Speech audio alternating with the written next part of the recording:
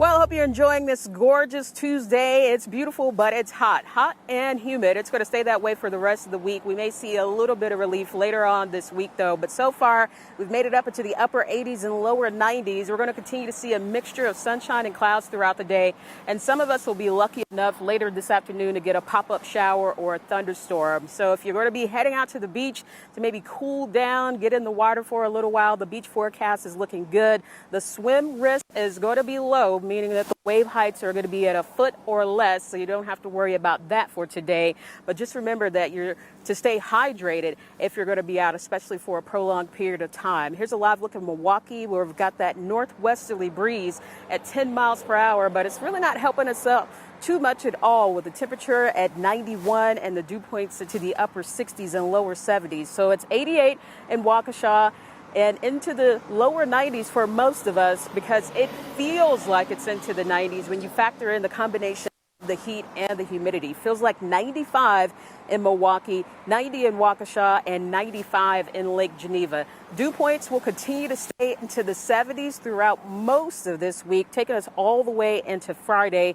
It's not going to be until Saturday that we start to see them dipping back down into the mid 60s, but still that humid category, but it won't feel as tropical outside like it does right now. Taking a live look at Storm 4 Max. No thunderstorm activity for most of us. You look real closely, though. Once you get north of Fond du Lac, we are starting to see a couple of returns on the radar. So as we continue to get the heating of the day, we will start to see some of those thunderstorms building. And you can see that on future forecasts. We'll stop it here at 5 o'clock. You remember yesterday, most of the thunderstorm activity was north of Interstate 94. Today, they'll be drifting a little bit farther south. So just be aware to have a place to quickly take shelter just in case you encounter one of those pop-up showers or thunderstorms. Later on tonight, it's going to be clearing out. Most of that activity will wrap up before midnight. Let's go on into tonight and what you can expect as far as the rain chances go.